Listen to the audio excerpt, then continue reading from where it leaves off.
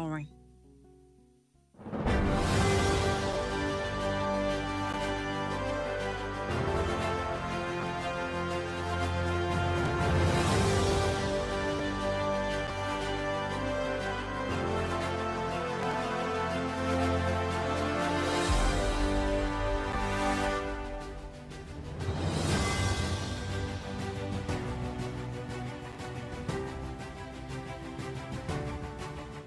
Welcome back from that break. Please note that you can listen to us via our website www.damadfm.net or watch us live on Facebook at Damad 87FM and YouTube Damad FM Ilorin. Now the news in detail.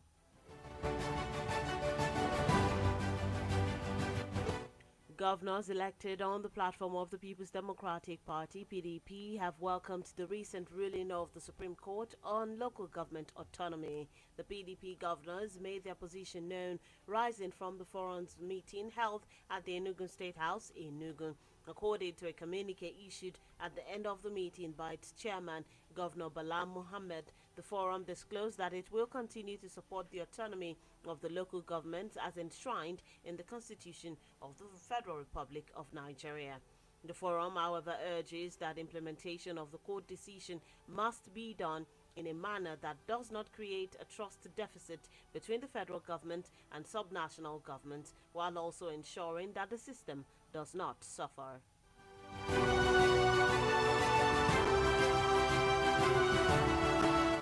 The Non-Academic Staff Union of Educational and Associated Institutions, NASU, and the Senior Staff Association of Nigeria, SANU, of Nigerian Universities, SANU, have commenced a one-day nationwide protest over their 4 months withheld salaries.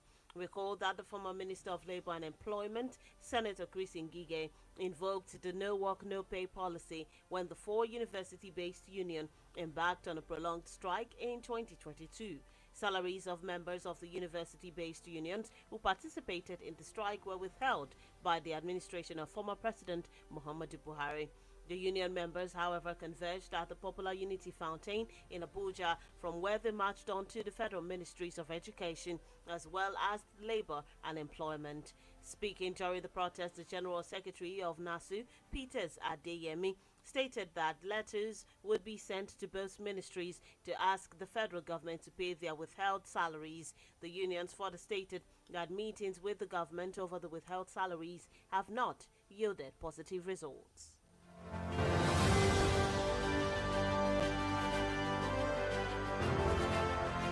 Still on education, the federal government has directed that admission to tertiary institutions should not be given to candidates under the age of 18. The Minister of Education, Tahir Maman, gave the directive in Abuja at the 2024 policy meeting of the Joint Admissions and Matriculation Board, JAM. The announcement, however, elicited mixed reactions from vice-chancellors, rectors and registrars present at the meeting.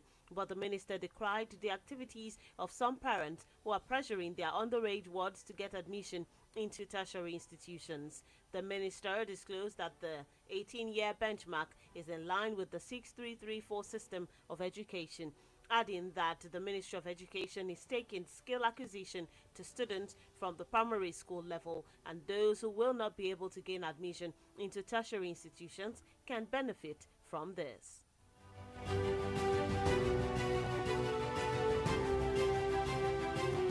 Still on the JAM policy meeting, the JAM registrar, Professor Ishaku Oloyede, has stated that over 1 million students were admitted illegally by some tertiary institutions in the country. Oloyede also stated this today in Abuja at the ongoing policy meeting on 2023-2024 admissions. It disclosed that the board has been able to regularize 600 students out of the numbers admitted illegally, adding that a lot of the students with illegal admissions don't have the basic qualification into the course they registered to study.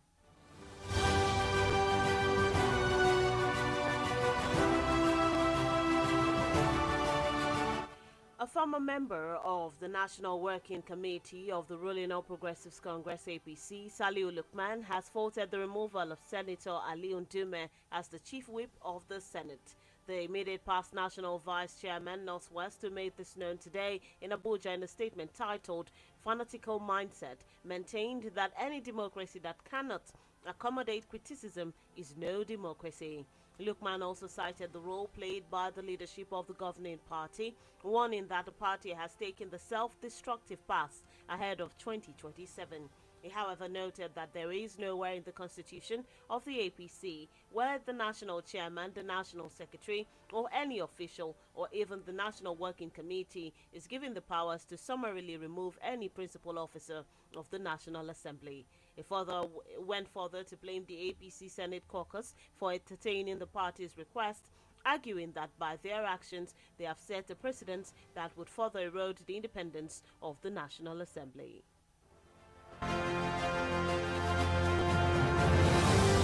Moving on to Imo State, the Imo State House of Assembly has today recommended the sack of the state's Chief Judge, Justice Teresa Chukwuemeka Chikeka, for misconduct and alleged age falsification in line with Section 292 of the Constitution.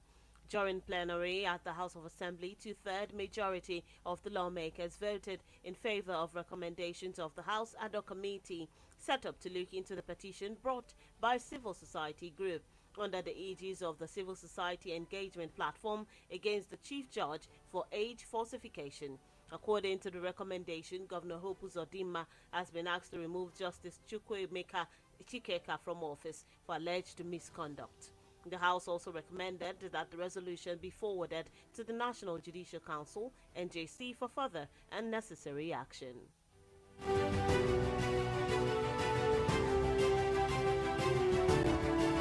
And in Kwara State, the Kwara State government has stated that it is targeting more than 200,000 children under age 5 for a week-long intensive healthcare intervention.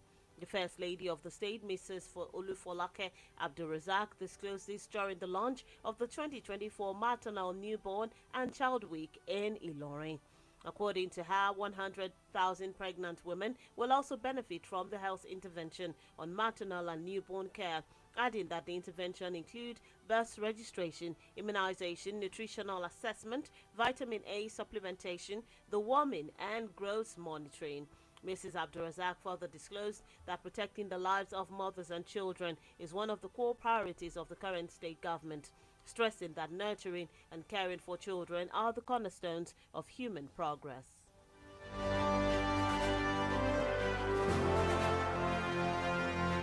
And in a bid to achieve a healthy and cleaner environment for Kwara's populace in order to avoid the outbreak of cholera, Kwara State government has again reinstated the need for sensitization of marketers on compliance to environmental laws, with the aim of sustaining a clean and hygienic environment in the state and its environs.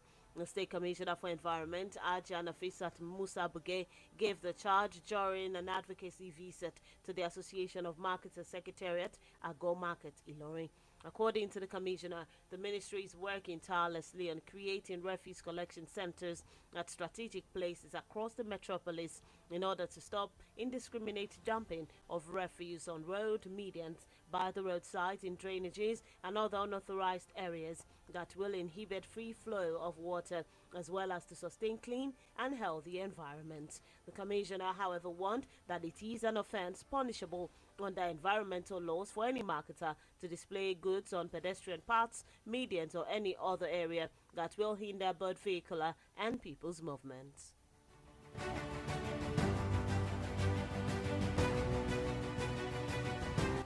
And that's it on the local scene. The news on the hour is reaching you from our studios, time at 88.7 FM Ilorin. We take a short break. When we return, Biden under new pressure from top Democrats as COVID holds campaign. We bring you this story on the foreign scene and so many others. Do stay with us.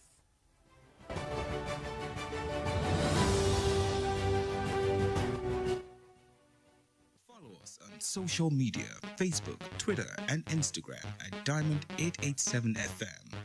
Diamond FM, shining supreme.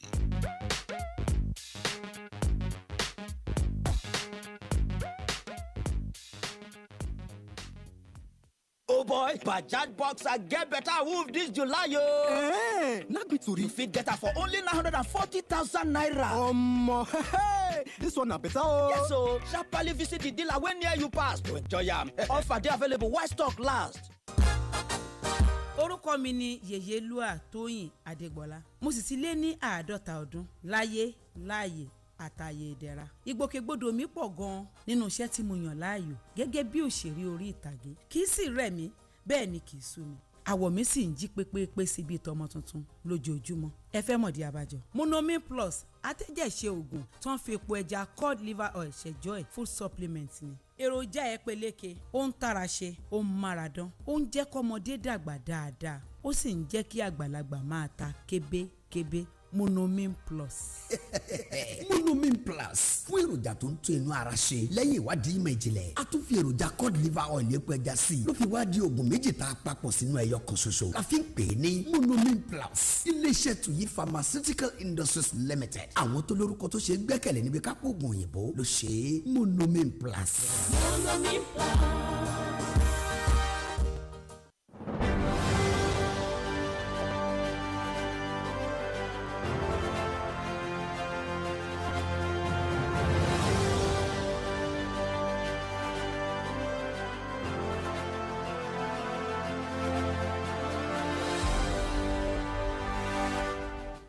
Welcome back from that short time out. If you're just tuned in and joining us, you're listening to the news on the hour, reaching you from Diamond 88.7 FM, Iroyin. Before we went on the break, we brought you local stories. Now we move on to the foreign scene.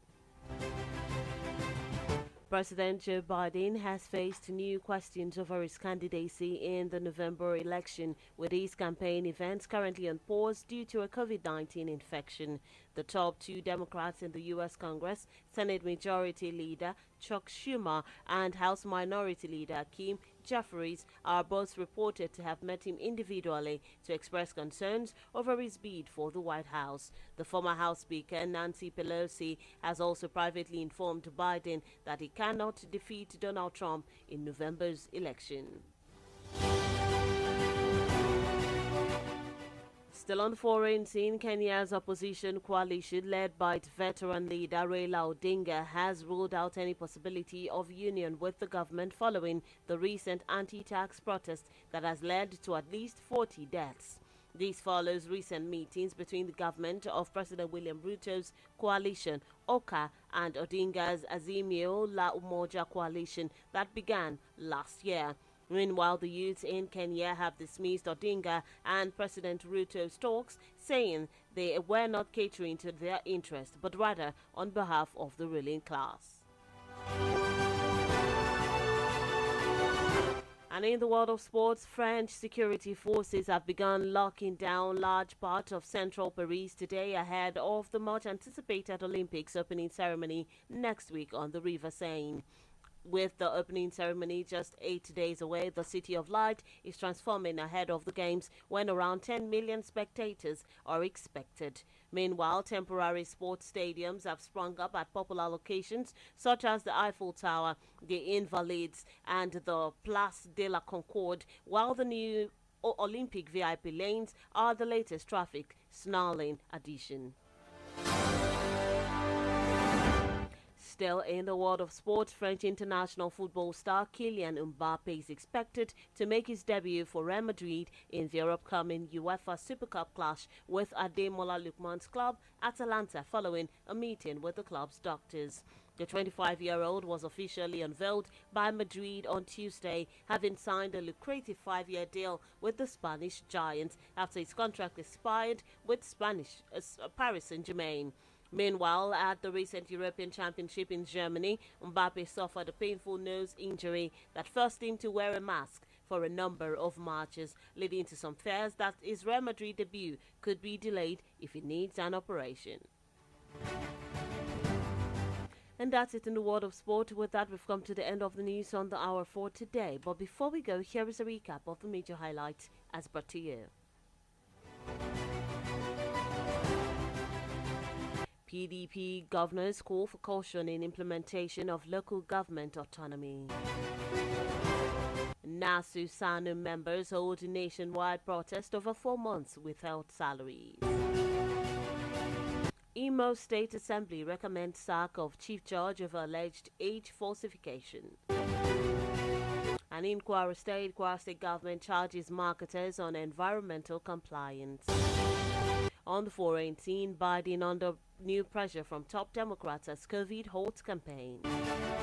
In sports news, Paris bubbles with activities as athletes arrive for Olympics. Before we wrap up the news this afternoon, we go straight to our Did You Know segment. Did you know that on this day in 2012, Kim Jong-un was officially appointed as the supreme leader of North Korea and given the rank of Marshal in the Korean People's Army? Now you know. You can visit www.diamondfm.net to keep up to date with us or download our app on Google Play Store and iOS Apple Store, Diamond 887 FM. Endeavor to also join us at 5 p.m. for the news across the world. For news coverage and information about happenings around you, kindly contact the Diamond FM newsroom number on 091-606-27526. The news on the hour was produced by Nedu Okorie. My name is Bisola Oduwole Suleiman. Thank you for listening to your Shining Supreme station. To stay tuned for the Yoruba version of the news coming up shortly. Good afternoon.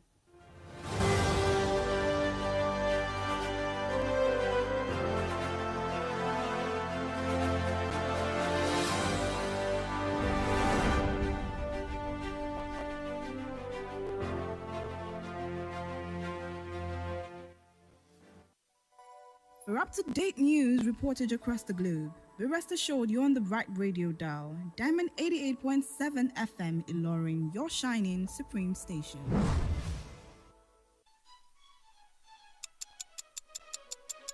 Hour after hour of quality programming all around the clock with us.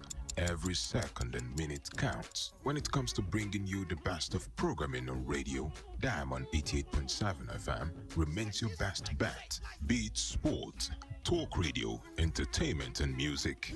One thing is certain, we've got you.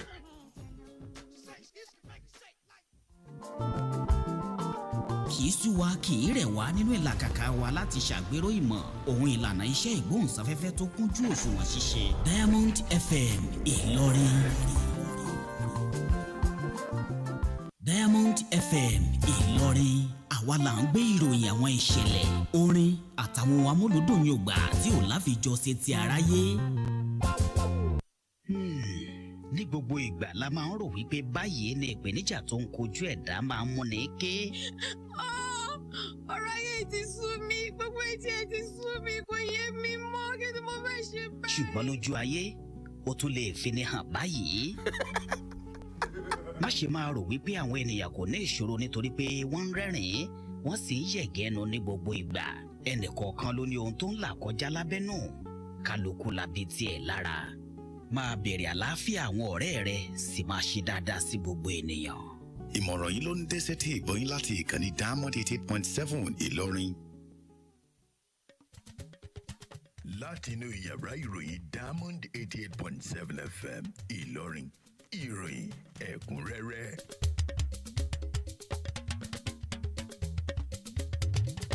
Nínú ẹ̀kúnrẹ́rẹ́ ìròyìn ọ̀sán tòní, ìgbìmọ̀ àwọn gómìnà lábẹ́ ẹgbẹ́ òṣèlú People's Democratic Party PDP pè fún ìkíyèsára nínú ṣíṣàmúlò òmìnira àwọn ìjọba ìbílẹ̀. Ẹgbẹ́ NASU àti SANU ṣe ìfẹ̀hónúhàn káàkiri orílẹ̀-èdè yìí látàrí owó oṣù mẹ́rin wọn tí ìjọba gbẹ́sẹ̀ lé. Ilé-ìgbìmọ̀ aṣòfin ìpínlẹ̀ Imo mú àbáyéyọ adájọ́ àgbà ní ìpínlẹ̀ náà wá látàrí ẹ̀sùn yíyí ìwé ọjọ́ orí. Ìjọba ìpínlẹ̀ Kwara rọ àwọn ọlọ́jà láti tẹ̀lé àwọn òfin ètò àyíká. Láti ilẹ̀ òkèrè láti máa bòyìn gbọ́ lọ́sàn-án ìwé pé wàhálà tuntun ni ó ti ń bẹ lórí ààrẹ Joe Biden látọ̀dọ̀ àwọn ọ̀gọ̀gá kan nínú ẹgbẹ́ òṣèlú Democrat gẹ́gẹ́ bí àrùn COVID-19 ti ṣe apá kan jẹ̀mọ́ sí ètò ìpolongo rẹ̀. A máa bòyìn gbọ́ nínú ìròyìn eré ìdárayá wípé ohun gbogbo ni ó ti bẹ̀rẹ̀ sí ní sọkútù wọ̀wọ̀ ṣẹ́nu rẹ̀ ò nílùú Paris gẹ́gẹ́ bí àwọn eléré orí ọ̀dọ́ ti ṣe ń dé fún ìdíje Olympics. akínyìn ẹ̀ka àsán ẹ̀ẹ́dẹ̀kọ̀wọ́ lẹ́nu iṣẹ́ ọlọ́run ọba yóò pín kó àwa léèrè lẹ́nu iṣẹ́ tàbí òkòwò àyàn láàyò ẹ̀kúnrẹ́rẹ́ ìròyìn lámúdé sétí ìgbọ̀yìn láti ìkànnì tó táwọn yọ Diamond 88.7 FM tó ta kàmọ́lẹ̀ ilé Ìlọrin ní ìpínlẹ̀ Kwara Ayodeji Ayo-ola ló kọ tèmi ẹ lè gbọ́ wa níbikíbi lágbàáyé gbàtí ojú òpó wa látàgbà wa www.diamondfm.net tàbí kí ẹ dánlódù application wa lójú àtẹ Google Play Store bákan náà lẹ lè bá wa dọ́rẹ̀pọ̀ tàbí tẹ̀lé wa láwọn ojú òpó ayélujára Facebook, X, Instagram àti YouTube nípa títẹ̀ Diamond 887 FM ẹ̀kúnrẹ́rẹ́ ìròyìn náà ó ń bọ̀ lẹ́yìn ọ̀rọ̀ ìmọ̀ràn ráńpẹ́ yìí àròyìn ẹ má ṣe yí kúrò bẹ́ẹ̀. àárọ̀ dùgbò ẹ̀ pa wá o iná ni o iná ẹ̀ pa wá o iná. gbogbo wa la ti gbọ́ rí nípa iná ọmọ rárá tó ń pẹ̀mí tó tún ba gbogbo dúkìá jẹ́ ìjàmbá yìí yẹ kó máa pè wá ṣàkíyèsí láti ṣàyẹ̀wò dáadáa láti dẹ́kun ìjàmbá iná lágbègbè wa ni. rí i dájú pé ó fi ẹ̀rọ apenisákíyèsí iná sínú ilé rẹ̀ kọ́ nípa ọ̀nà àbáyọ bóyá tí ìjàmbá iná bá ṣẹyọ. má ṣe fi oúnjẹ sílẹ̀ sórí iná láì mójútó fún ìgbà pípẹ́. ẹ jẹ́ ká kọ́ àwọn ọmọdé láti má máa sá pamọ́ ṣùgbọ́n láti sá àsálà fún ẹ̀mí wọn nígbà ìjàmbá iná. ẹ pa gbogbo àwọn ohun èlò iná tí ẹ bá ń kúrò nínú ilé tí ìjàmbá iná bá ṣúyọ. rántí pé ẹ̀mí rẹ ló ṣe pàtàkì jùlọ sá àsálà fún ẹ̀mí rẹ. ìmọ̀ràn yìí ló ń dé tètè gbọ́ yín láti ìkànnì Diamond 88.7 Ìlọrin.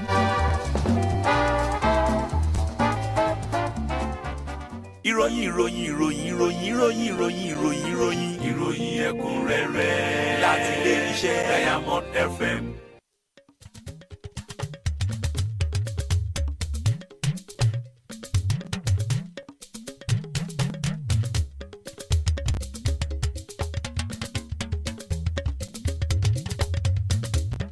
káàbọ̀ padà ẹ̀kúnrẹ́rẹ́ ìròyìn náà rèé ní ṣísẹ̀ntẹ̀lé ìgbìmọ̀ àwọn gómìnà tí wọ́n dìbò yan lábẹ́ ẹgbẹ́ òṣèlú alábùradà ìhùn People's Democratic Party PDP ni wọ́n ti gba ìdájọ́ ilé-ẹjọ́ tí ó ga jùlọ láìpẹ́ yìí lórí ìdádúró àwọn ìjọba ìbílẹ̀ wọlé.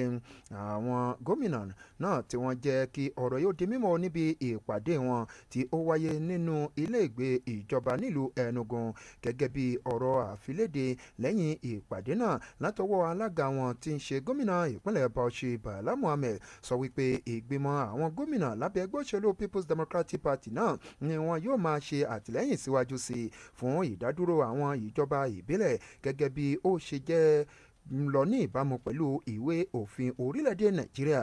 bákan náà ni wọ́n pàrọwà pé kí ìṣàmúlò ìpinnu ilé-ẹjọ́ náà láì ní ṣe pé ó ní kùdẹ̀kùdẹ̀ láàrin ìjọba àpapọ̀ àti ìsọ̀gbé ìjọba míì kí ó wáyé. bákan náà ni wọ́n ní pé kí wọ́n rí dájú pé ètò ọ̀hún ó náà ni ó jẹ́ alákòyàwó.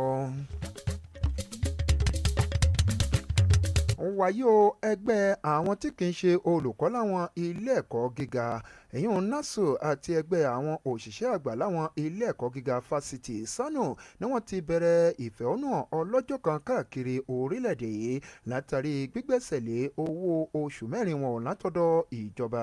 ẹ rántí wípé mínísítà tẹ́lẹ̀ rí fẹ́tò ìgbanisíṣẹ́ àti ọ̀rọ̀ àwọn òṣìṣẹ́ sẹ́nitọ́ Chris Ngige ni ó gbé òfin kò síṣẹ́ kò sówó kalẹ̀ nígbà tí ẹgbẹ́ àwọn tí wọ́n ń bẹ láwọn ilé ẹ̀kọ́ fásitì gùnlé ìyanṣẹ́lódì ọlọ́jọ́ pípẹ́ lọ́dún 2022. àwọn owó oṣù ẹgbẹ́ àwọn náà tí wọ́n kópa nínú ìyanṣẹ́lódì ọ̀hún ó ní wọ́n gbẹ́sẹ̀ lé látọwọ́dọ̀ ìjọba ààrẹ àná ìyẹn Muhammadu Buhari. ní báyìí náà àwọn ẹgbẹ́ náà ni wọ́n kó ara wọn jọ pọ̀ sí agbègbè Unity Fountain nílùú Àbújá tí wọ́n sì tò lọ́wọ̀ọ̀wọ́ dóríkọ iléeṣẹ́ tí ń rí sí iléeṣẹ́ ìjọba àpapọ̀ tí ń bójútó ètò ẹ̀kọ́ àti iléeṣẹ́ ìjọba àpapọ̀ tí ń rí sí ọ̀rọ̀ àwọn òṣìṣẹ́ àti ètò ìgbanisíṣẹ́. nígbà tí wọ́n sọ̀rọ̀ lákòókò ìfẹ̀hónúhàn náà akọ̀wé àpapọ̀ ẹgbẹ́ àwọn tí kì í ṣe olùkọ́ láwọn ilé ẹ̀kọ́ fásitì náà èyí naso Peter Adéyẹmí ṣàlàyé pé àwọn lẹ́tà kan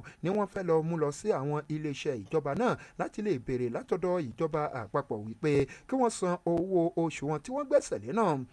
bákan náà ni ó tẹ̀síwájú pé pé gbogbo àwọn ìpàdé wípé tí wọ́n ṣe pẹ̀lú ìjọba òun náà ni kò so èso kankan lórí owó oṣù wọn eléyìí tí wọ́n gbẹ́sẹ̀ lé náà. wàyí o ìjọba àpapọ̀ ni wọ́n ti pàṣẹ fáwọn ilé ẹ̀kọ́ gíga láti má ṣe ètò ìgbà akẹ́kọ̀ọ́ wọlé o fáwọn akẹ́kọ̀ọ́ tí ọjọ́ orí wọn bẹ lábẹ́ ọdún méjìdínlógún. mínísítà fẹ́tò ẹ̀kọ́ lórílẹ̀‐èdè Tahiru Muhammad ni ó pàṣẹ ọ̀rọ̀ yìí nílùú Àbújá lónìí níbi ìpàdé kan pẹ̀lú àjọ elétò ìdánwò àṣewọlé sáwọn ilé ẹ̀kọ́ gíga. àṣẹ ọ̀hún bákan náà ni ó fa oríṣiríṣi ìfèsìsí àti ìmọ̀lára látọ̀dọ̀ àwọn gíwá ilé ẹ̀kọ́ fásitì tí ó fi mọ́ ti àwọn ilé ẹ̀kọ́ gbogbonìṣe tí ó fi mọ́ àwọn akọ̀wé àgbà tí wọ́n bẹ níbi ìpàdé ọ̀hún. ṣùgbọ́n tí mínísítà náà kóró ojú lórí ìṣesí àwọn òbí kan lẹ́ni tí wọ́n máa ń gbógun tì láti lè jẹ́ kí àwọn ọmọ wọn tí ọjọ́ orí wọn sì kéré láti wọ ilé ẹ̀kọ́ gíga. bákan náà ni mínísítà ọ̀hún jẹ́ kí ó di mímọ̀ wípé àṣẹ ọ̀hún ni ó jẹ́ ní ìbámu pẹ̀lú ìlànà ètò ẹ̀kọ́ 634. ó fi kó wípé ilé iṣẹ́ tí ń bójútó ètò ẹ̀kọ́ ni wọ́n ti gbé ìlànà ìkọ́ṣẹ́ ọwọ́ lọ sí ọ̀dọ̀ àwọn akẹ́kọ̀ọ́ bẹ̀rẹ̀ láti ilé ẹ̀kọ́ alákọ̀ọ́bẹ̀rẹ̀ tí ó sì jẹ́ wípé àwọn akẹ́kọ̀ọ́ tí kò bá tí ì láǹfààní láti wọ ilé ẹ̀kọ́ gíga ni wọn yóò máa jẹ àǹfààní eléyìí bákan náà.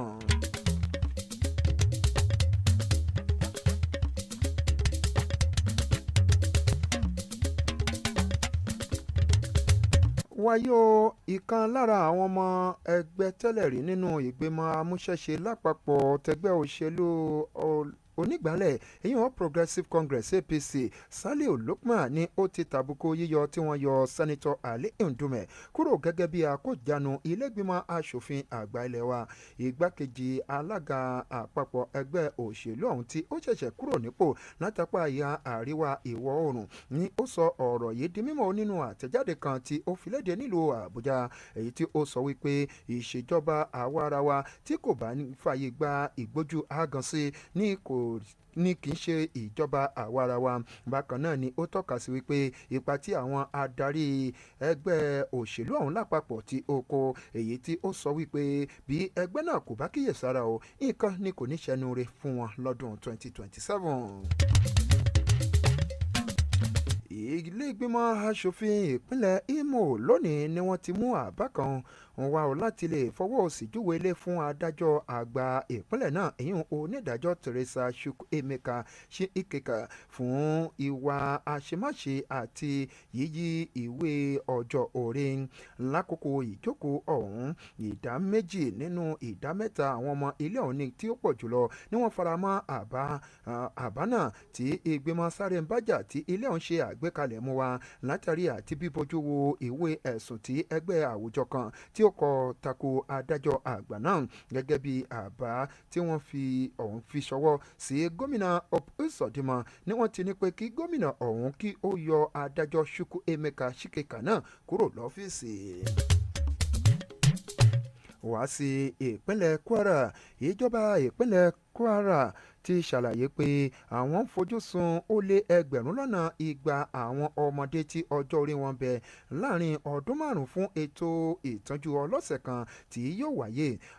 Aya gómìnà ní ìpínlẹ̀ yìí arábìnrin Olúfọlákẹ́ Abdulrasaq ni ó sọ ọ̀rọ̀ yìí di mímọ̀ nílùú Ìlọrin lákòókò ìfilọ́lẹ̀ ètò ọmọ bíbí àti ọ̀sẹ̀ àwọn ọmọdé tọdún 2024. Gẹ́gẹ́ bí ó ṣe sọ àwọn aláboyún tí wọ́n jẹ́ ẹgbẹ̀rún lọ́nà ọgọ́rùn-ún ni wọ́n jẹ àǹfààní ètò ọ̀hún. Bákan náà ó fi kún pé lára àwọn ètò ìlera náà láti rí fífún àwọn ọmọdé lábẹ́rẹ́ àjẹsára àti àwọn ètò ìlera mìíràn fún wọn. Arábìnrin Abdulrasaq tẹ̀síwájú pé ètò ààbò fún àwọn ìyá ọlọ́mọ àti àwọn ọmọdé ni ó jẹ́ kókó kan gbòógì o lára ohun tí ìṣèjọba ti ń bẹ lórí àlééfà gbé lọ́wọ́.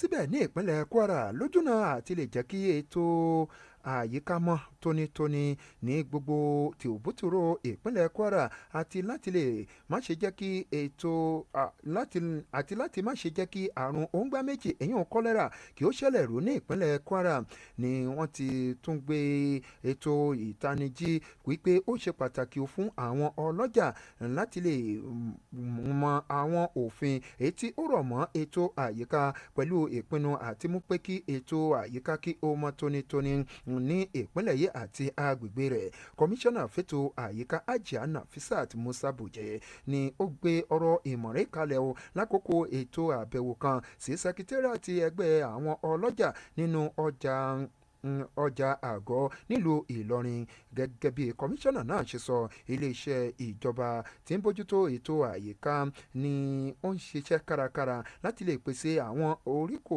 àǹdà ìdọ̀tí sí àwọn ibi tí ó ṣe pàtàkì ṣe kókó ní ìlú yìí láti lè fòpin sí dídà ìdọ̀tí sáwọn ibi tí kò tọ́ tàbí sáwọn ẹ̀bá ọ̀nà àbí àwọn ojútó àgbàrá èyí tí ó lè dínà omi sísàn. Bákan náà ni kọmíṣánná ọ̀hún jẹ́ kí ó di mímọ̀ pé ó ti di ẹ̀ṣẹ̀ tí ìjìyà sì ń bẹ lórí rẹ̀ lábẹ́ òfin ètò ọ̀rọ̀ àyíká fún ọlọ́jà kankan eléyìí tí ó bá tó ọjà rẹ̀ sí ẹ̀bá ọ̀nà èyí tí ó ń di àwọn ẹlẹ́sẹ̀ lọ́nà láti kọjá tàbí àwọn ọlọ́kọ̀. Ẹ̀kúnrẹ́rẹ́ ìròyìn lẹ́ńtẹ́tì sí láti ìkànnì tó tàwọn yọ Diamond 88.7 FM tó ta kọ̀mọ́lẹ̀ ńlẹ̀ Ìlọrin ní ìpínlẹ̀ Kwara.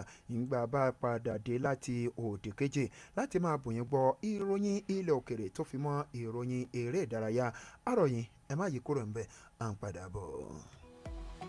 Ẹ darapọ̀ mọ́ wa ní ìtàkùn káyélujára wa, ìtàkùn ìbádọ́rẹ̀ẹ́ Facebook, ìtàkùn abẹ́yẹfò Twitter àti Instagram lórí Diamond 887 FM. Diamond FM, shining supreme. Oh boy, Bajaj Boxer get better wolf this July yo. Not be tori. You fit get her for only 940,000 naira. Hey, this one na better oh. Yes so, sharply visit the dealer when near you pass to enjoy am. Offer dey available while stock last. Kára o lè pé bá ara ríro kò sí mọ́, ó ti lọ wá bí wọ́n sí. Kára o lè pé bá mú rẹ̀ àtúrà dáadáa. Kókó lára ọ̀tá le. Gbéra ńlẹ̀ kó dìde. Kára o lè pè ń bá. Àtúrà wọ̀, àtúrà pẹ̀sẹ̀, àtúrà dáadáa. Kegun tó kegun náà. Kára o yá gágá. Ara ń ronú tẹ́lẹ̀ kò ronú mọ́. Tẹ̀bá ti fi kára o lè pè ń bá ra. Lẹ́sẹ̀kẹsẹ̀ ló ń ṣiṣẹ́ wọnú igun. Tó sì ń ṣe àtúntò rẹ̀. Òṣùbù yẹ̀kẹ́ fa párọ̀ tàbí fi ẹsẹ̀ dá. Fi kára o lè pè ń bá wọ̀. Káì, ara rẹ̀ ó lè padà yakinlala. Action, action. Ó jẹ́ ara ríro tàbí ẹ̀yìn dídùn. Kára o lè pè ń bá lọ́kọ̀ gbogbo wọn. Agbára pọ̀. Kára o lè pè ń bá. Tuyi Pharmaceutical Industries Limited. Àwọn tó lórúkọ tó ṣe é gbẹ́kẹ̀lé níbi ká po oògùn òyìnbó ló ṣe é. Kára ó lè pè ń bá. Ẹ̀rọ ṣẹ̀ṣẹ̀ pín ìrèpàtú òpèrè ta pàtà pọ́npọ́n. Kára ó lè pè ń bá. Ó kì í síbẹ̀. Kára ó lè pè ń bá mú rẹ̀ àtúrà dáadáa. ìròyìn ẹ̀kúnrẹ́rẹ́ láti ilé iṣẹ́ Diamond FM. Káàbọ̀ padà ẹ ṣeun tẹ́ èyí kúrò ń bẹ̀. Ẹ̀kúnrẹ́rẹ́ ìròyìn náà ó ń tẹ̀síwájú. Ìròyìn ilẹ̀ òkèrè. Ààrẹ Joe Biden torílẹ̀-èdè Amẹ́ríkà ni ó ti tún kojú àwọn ìbéèrè lákọ̀túnkàn o lórí jíjẹ́ ọmọ oyè rẹ̀ nínú ètò ìdìbò ààrẹ tí yóò wáyé nínú oṣù kọkànlá pẹ̀lú bí ètò ìpolongo rẹ̀ ṣe dáwọ́ dúró díẹ̀ o látàrí ìfarakásá àrùn COVID-19. Àwọn èèkàn méjì nínú ẹgbẹ́ òṣèlú Democrat nínú ilé ìgbìmọ̀ asòfin lórílẹ̀-èdè Amẹ́ríkà náà, ìyẹn adarí àwọn ọmọ ilé tí ó pọ̀ jù Chuck Schumer tí ó fi mọ́ olórí àwọn ọmọ ilé tí ó kéré jù Hakeem Jeffries ni àwọn méjèèjì ò ní ìròyìn jẹ́ kí ó di mímọ̀ wípé wọ́n ṣe ìpàdé pọ̀ ní ìkọ̀ǹkọ̀ lórí èròǹgbà ààrẹ náà láti lè padà díje. Bákan náà ni abẹnugan ilé tẹ́lẹ̀ rí nínú ilé ìgbìmọ̀ asòfin orílẹ̀-èdè náà Nancy Pelosi sọ fún ààrẹ Biden náà ní ìdákọ́ńkọ́ pé kò lè fẹ̀yìn Donald Trump janlẹ̀ nínú ètò ìdìbò ààrẹ tí yóò wáyé nínú oṣù kọkànlá náà. Ìròyìn eré ìdárayá. àwọn ẹ̀ṣọ́ aláàbò lórílẹ̀‐èdè Faransé lónìí ni wọ́n ti bẹ̀rẹ̀ sí ní gbé tìpa àwọn apá ibìkan láàrin gbùngbùn ìlú Paris ṣáájú ayẹyẹ ìṣíde ìdíje eré ìdárayá Olympics tí yóò wáyé lọ́sẹ̀ tí ń bọ̀ pẹ̀lú bí ó ṣe kù ọjọ́ bíi mẹ́jọ kí ayẹyẹ náà kí ó wáyé. Ìlú City of Light ni àyípadà ti dé bá báyìí o ṣáájú eré ìdárayá náà èyí tí yóò gbàlejò mílíọ̀nù àwọn èèyàn olùwòran bíi mílíọ̀nù mẹ́wàá. Ọgbà bẹ́ẹ̀ ni ó jẹ́ wípé àwọn pápá ìṣeré láwọn agbègbè Efretowa, Infalades tó fi mọ́ Palais de la Crade ni ó jẹ́ wípé ó ti bẹ̀rẹ̀ sí ní nǹkan ti bẹ̀rẹ̀ sí ní ṣe mẹ́lọ́mẹ́lọ́ láwọn apá bẹ́ẹ̀. Síbẹ̀ nínú ìròyìn eré ìdárayá ìràwọ̀ agbábọ́ọ̀lù ọmọ bíbí orílẹ̀-èdè Faransé ní Kylian Mbappe ní ìrètí wà wípé yóò máa kópa ní fúngbà àkọ́kọ́ gbábọ́ọ̀lù fún ikọ̀ Real Madrid nínú ìfẹsẹ̀wọnsẹ̀ tí ń bọ̀ lọ́nà nínú ìdíje UEFA Super League tako ikọ̀ Atlanta níbi tí Ademola Lookman tí ó jẹ́ agbábọ́ọ̀lù ọmọ ilẹ̀ Nàìjíríà tí ń ti ń gbá bọ́ọ̀lù jẹun. Ọjọ́ ìṣẹ́gun tí ó kọjá yìí ní ikọ̀ Real Madrid ṣàfihàn ọmọ ọdún márùndínlọ́gbọ̀n náà lẹ́yìn tí ó tọwọ́ bọ àdéhùn ọdún márùn-ún pẹ̀lú bí ó ṣe jẹ́ wípé àdéhùn rẹ̀ pẹ̀lú ikọ̀ Paris Saint-Germain èyàn PSG ti ṣe tẹnubodò tẹnubẹ́pọ̀ wáyé nínú ìdíje European Championship èyàn Euro 2024 tí ó wáyé láìpẹ́ yìí. Níbẹ̀ ni Mbappe tí ó ti ní ìfaraṣẹṣẹ ní igun nígi imú rẹ̀ èyí tí ó ṣokùnfà ìbẹ̀rù pé ó ṣeéṣe kí àti gbá bọ́ọ̀lù àkọ́kọ́ rẹ̀ fún ikọ̀ Real Madrid kí ó falẹ̀ díẹ̀. Tọ́mọdé mọ́gẹ̀ ìpín ìpẹ́jọ́ náà ní aláfilà níbi ni a ó ti máa gé pété lórí ẹ̀kúnrẹ́rẹ́ ìròyìn àfúntọ̀sán tòní ṣùgbọ́n kó tó di pé a máa wá fi gígùn ẹgbẹ́ àwọn kókó àmúwa lẹ́ẹ̀kan sí i. àti mú wá fún yín nínú ẹ̀kúnrẹ́rẹ́ ìròyìn ọ̀sán tòní wípé ìgbìmọ̀ àwọn gómìnà lábẹ́ ẹgbẹ́ òṣèlú alábùradà People's Democratic Party PDP pè fún ìkíyèsára nínú ṣíṣàmúlò òmìnira fáwọn ìjọba ìbílẹ̀. àmúwá fún yín wípé ẹgbẹ́ àwọn tí kì í ṣe olùkọ́ láwọn ilé ẹ̀kọ́ fásitì àti ẹgbẹ́ àwọn òṣìṣẹ́ àgbà láwọn ilé ẹ̀kọ́ fásitì ṣe ìfẹ̀hónúhàn káàkiri orílẹ̀-èdè yìí látàrí owó oṣù mẹ́rin wọn ò tí ìjọba gbẹ́sẹ̀ lé. àmúwá fún yín wípé ilé ìgbìmọ̀ asòfin ìpínlẹ̀ Imo mú àbá yíyọ adájọ́ àgbà ní ìpínlẹ̀ náà wá o látàrí ẹ̀sùn yíyí ìwé ọjọ́ orí. àmúwá fún yín wípé ìjọba ìpínlẹ̀ Kwara rọ àwọn ọlọ́jà láti tẹ̀lé àwọn òfin tí ó rọ̀ mọ́ ètò àyíká. láti ilẹ̀ kòrè láti bòyìn gbọ́ tí àjẹkí etí yẹn òdì lọ́sàn-án wípé wàhálà tuntun míì ló ti ń bẹ ò lórí ààrẹ Joe Biden tí ń ṣe ààrẹ orílẹ̀-èdè Amẹ́ríkà lọ́tọ̀dọ̀ àwọn ọ̀gọ̀ọ̀gá nínú ẹgbẹ́ òṣèlú Democrat gẹ́gẹ́ bí àrùn COVID-19 ṣe apá kan jọ̀mọ́ ṣètò ìpolongo ààrẹ náà. lákòótán nínú ìròyìn eré ìdárayá láti bòyìn gbọ́ wípé ohun gbogbo ni ó ti bẹ̀rẹ̀ sí ní rọ̀ṣọ̀mùṣẹ́nu rẹ̀ o nílùú Paris gẹ́gẹ́ bí àwọn eléré orí ọ̀dàn ti ṣe ń dé sí ìlú náà ṣáájú ìdíje ayẹyẹ eré ìdárayá Olympics. kó tó di pé a máa wá fi gígùn lórí ẹ̀kúnrẹ́rẹ́ ìròyìn ọlọ́sàn tòní ìjálẹ̀yìn mọ̀ wípé láyàjọ ọjọ́ ìní ọjọ́ 18 oṣù keje ọdún 2012 ó ní wọ́n yan Kim Jong sípò gẹ́gẹ́ bí adarí yanyan àti ààrẹ apàṣẹwàá lórílẹ̀‐èdè North Korea bẹ́yìn Obama ó náà ni àti bòyìn gbọ́ lọ́sàn-án tòní fún ìròyìn lẹ́kùnrẹ́rẹ́ tàbí ìpolówó ọjà nínú àwọn ìròyìn wa tàbí ó fi mọ́ ìròyìn ní yàjóyàjó ẹ pé yàrá ìkóròyìn jọ wá sórí 0916 062 7526 0916 062 7526 gẹ́gẹ́ bí Nedu Okorie àti ikọ̀ rẹ̀ ṣe kó ìròyìn náà jọ tó sì tún jẹ́ olóòtú rẹ̀ Ńlẹ́mí Ayodeji Ayo-ola ti kà sí eyín létí ìgbọ́ ẹ ṣeun tẹ́ǹtẹ́tí sí ìkànnì tó tàwọn yọ akínyìn ẹ máa yáṣẹ ẹ má ṣe yí kúrò ń bẹ́ẹ̀.